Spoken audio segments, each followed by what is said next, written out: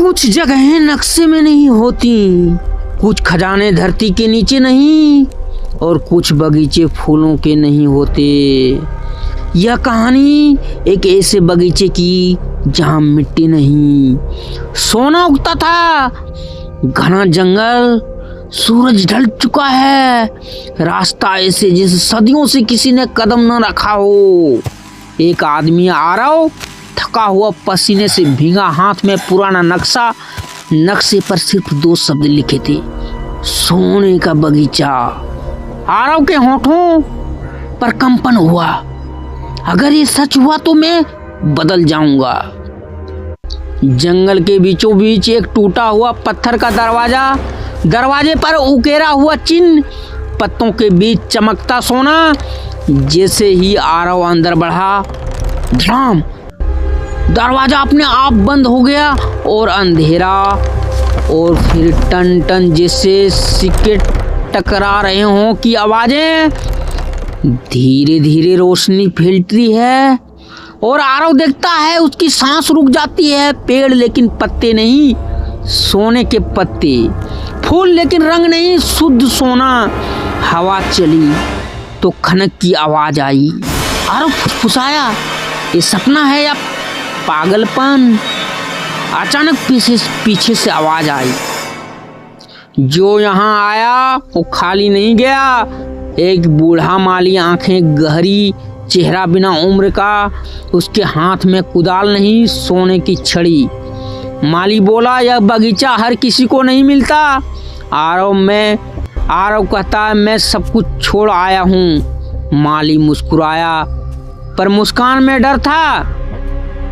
माली ने एक पेड़ की ओर इशारा किया, एक फल पूरा का पूरा सोना का। तोड़ो, माली ने कहा। जैसे ही आरव ने फल तोड़ा, पूरा बगीचा कांप उठा। पेड़ों से आवाज आई, एक और, एक और। आरव ने दूसरा फल तोड़ा, फिर तीसरा। अब बगीचे की चमक बदलने लगी, सोना भारी होने लगा, हवा ठंडी हो गई।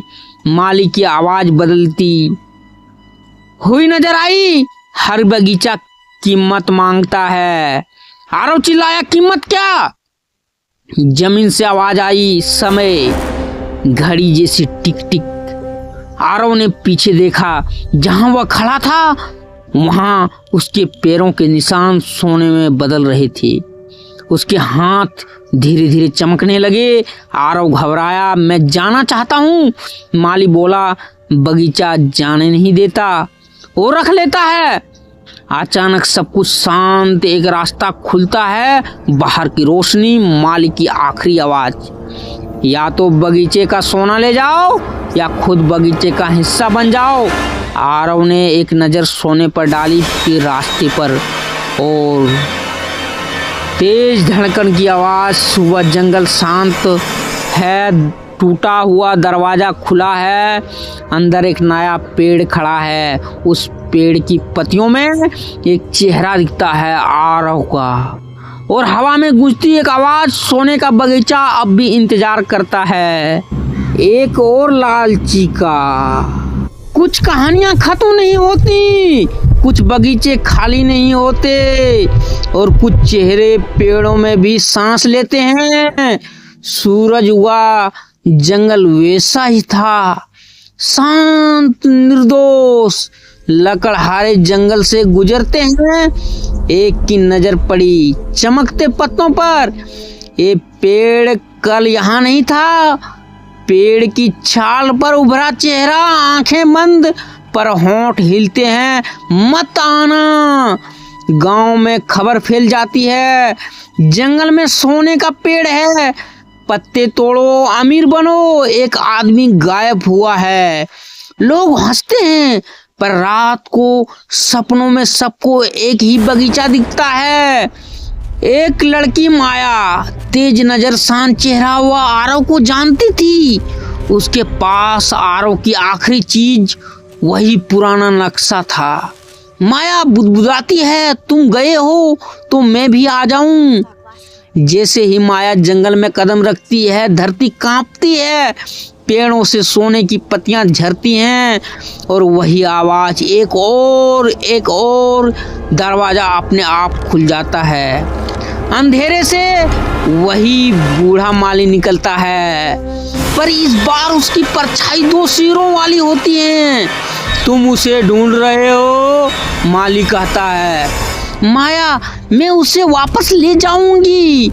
माली हंसता है, हंसी में लोहे की खनक थी। बगीचे के बीचों बीच सोने के पेड़ हिलते हैं, हर पत्ता फुसफुसाता है। माया, भाग जाओ, मैं यहाँ हूँ। माया रो पड़ती है, आरव। माली बोलता है, यह बगीचा जिंदा है, हर 100 साल में इसे एक दिल चाहिए। जो लालच से आया वो पेड़ बना, जो किसी और के लिए आया उसकी परीक्षा होती है। माया के सामने 2 रास्ते थे, एक तरफ सोने से भरा मैदान, दूसरी तरफ अंधेरा जहां आरव की आवाज आती है, माली एक की चुन सकती है। माली ने माया से कहती है, एक ही चुन सकती है। माया अंधेरे में जाती है, जैसे जैसे आगे बढ़ती है उसकी यादें सोने में बदलने लगती है। वह भूलने लगती है क्यों आई थी, किस लिए आई थी। आवाज गूंजती है, भूल जाओ, यहाँ रहो। आखिरी पल में माया जोर से चिल्लाती है, आरव। पूरा बगीचा कांप उठता है, सोने के पेड़ टूटने लगते हैं। माली चीखता है, रुको। धुआं, अंधेरा, सुबह। जंगल में 2 नए पेड़, एक पर आरव का चेहरा, दूसरे पर माया का या कोई और माली की धीमी फुसफुसाहट, बगीचा अभी भी पूरा नहीं हुआ। हर बगीचा फल नहीं देता, कुछ बगीचे कीमत वसूलते हैं। सुबह का उजाला, जंगल शांत, 2 सोने के पेड़ आमने सामने, एक पर आरव का चेहरा, दूसरे पर धुंधला चेहरा। गांव वाले दूर से देखते हैं, कोई पास नहीं जाता, लेकिन पेड़ों की पत्तियां हिलती हैं। जमीन के नीचे गहरी जड़ों के बीच एक धड़कता हुए सोने का दिल। हर धड़कन पर पेड़ चमकते हैं और आवाज आती है, अभी अधूरा है।